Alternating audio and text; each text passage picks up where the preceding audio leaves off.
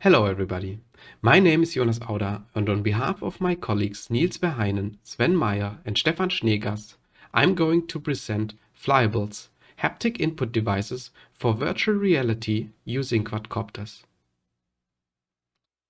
Virtual reality offers a window into digitally created immersive worlds. Mostly users interact with these worlds using standard controllers. These controllers provide limited haptic feedback, which often does not match the expectations of the user. While researchers enable VR users to experience specific VR content through specialized devices, they cannot serve as a general interaction tool as they are designed for specific use cases. To overcome this issue, a number of body-worn systems have been proposed. These, however, have to be worn even if they are not needed. Passive props provide matching haptic feedback, but are non-interactive. Redirection techniques are needed to steer a VR user towards such props. Further, they provide no counter forces. To address these challenges, we introduce Flyables, flying haptic input devices for virtual reality using quadcopters.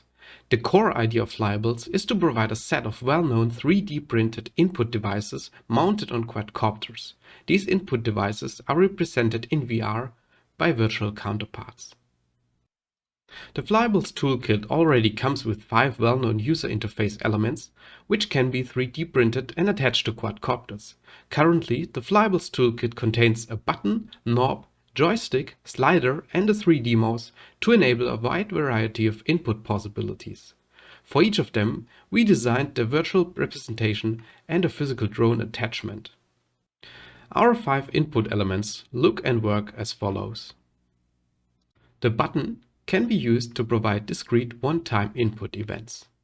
The knob allows one to rotate target objects around one axis. The joystick allows input with 3 degrees of freedom. Through the slider, translations in one dimension can be realized. And the 3D mouse can be used to translate objects in 3D space. We showcased the Flyables toolkit in a user study with 12 participants. Therefore, we developed 4 different scenes and corresponding tasks that should be solved using Flyables. In the first scene, our participants had to stow away rocks using a remote-controlled crane. Our participants used a joystick and a button to control the crane. The joystick was used to steer the crane sideways, the button to move the crane up and down to pick up the rocks. In a car showroom, our participants had to find 3 price tags on a car. To find the tags, the participants could use the knob to rotate the car and the button to open and close the doors of the car. In a molecule comparison exercise, our participants compared one molecule to 4 other molecules. They had to find out if they are the same or not.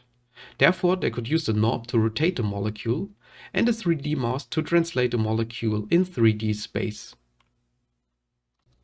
Last, we developed a piloting scenario. In this scenario, the participants had to hit 5 targets in the air with the aircraft. The participants steered the aircraft using the joystick to steer sideways and a slider to control the speed. We used these 4 scenes to evaluate the Flyables toolkit. Therefore, we invited 12 participants. 5 female, 7 male and none other. Our participants were aged from 17 to 32 years with an average age of 24.5 years. All participants stated that they are right-handed and 9 of the participants used VR before. In our study, we used the following conditions. Each participant solved the tasks in all 4 VR scenes. Once using Flyables and once using state-of-the-art VR controllers. Our study followed a within-subject design and we counterbalanced the scene and input using letting square. In the following, we present the results of the user study. We measured the task completion time for each scene and each input. Almost always, controllers were faster than Flyables. The only exception here is the car showroom, where participants were faster when using Flyables. Overall, we found that Flyables were slower than VR controllers. We also measured the body movement of our participants. Here, we almost always observed a higher physical movement when participants were using Flyables compared to VR controllers. Again, the only exception is the car showroom. To assess the presence, our participants filled out a presence questionnaire. Overall, the VR controllers scored higher than Flyables. However, for quality of interface and haptics, Flyables scored higher. Two of the scores were significantly different. These are possibility to act and self-evaluation of performance.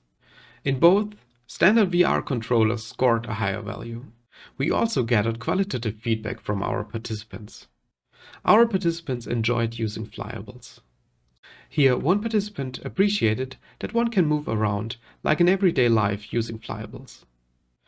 Also, participants stated that they felt more immersed while using Flyables, especially from a haptics point of view. Also, participants stated that controllers are well known to them and therefore are easier to use.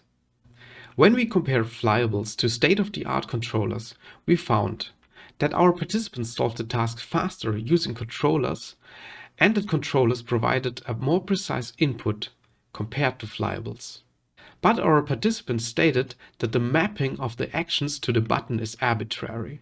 In contrast, Flyables communicate their usage and provide matching haptic feedback. Further, they increase physical movement. To improve the Flyables toolkit in the future, we extracted future research challenges. These challenges include additional force feedback and anchoring in the air through specifically designed drones and software controllers. Such controllers could overtake the controlling of the Flyables when the system detects that specific counterforces are needed. Also, we envision approaches to reuse a limited set of drones for multiple virtual objects. As drones can crash easily during interaction, we imagine drones to automatically restart and position themselves after a crash without the knowledge of the VR user. Last, we envision the creation and exploration of novel UI elements and interaction opportunities. For example, a thrust lever for accelerating an aircraft to further match the expected haptic feedback. Such elements could be added to the Flyables toolkit to widen its application. To summarize, we presented the Flyables toolkit, which uses quadcopters with 3D printed attachments to provide haptic input devices in virtual reality. In a user study, we compared Flyables to state-of-the-art VR controllers. We found that while controllers are easier to use and more precise, Flyables enable a fun and enjoyable interaction with VR content. To improve the Flyables toolkit, we outlined future research challenges that could help to make Flyables more applicable. This concludes our presentation. Now I'm happy to answer your questions. Thank you.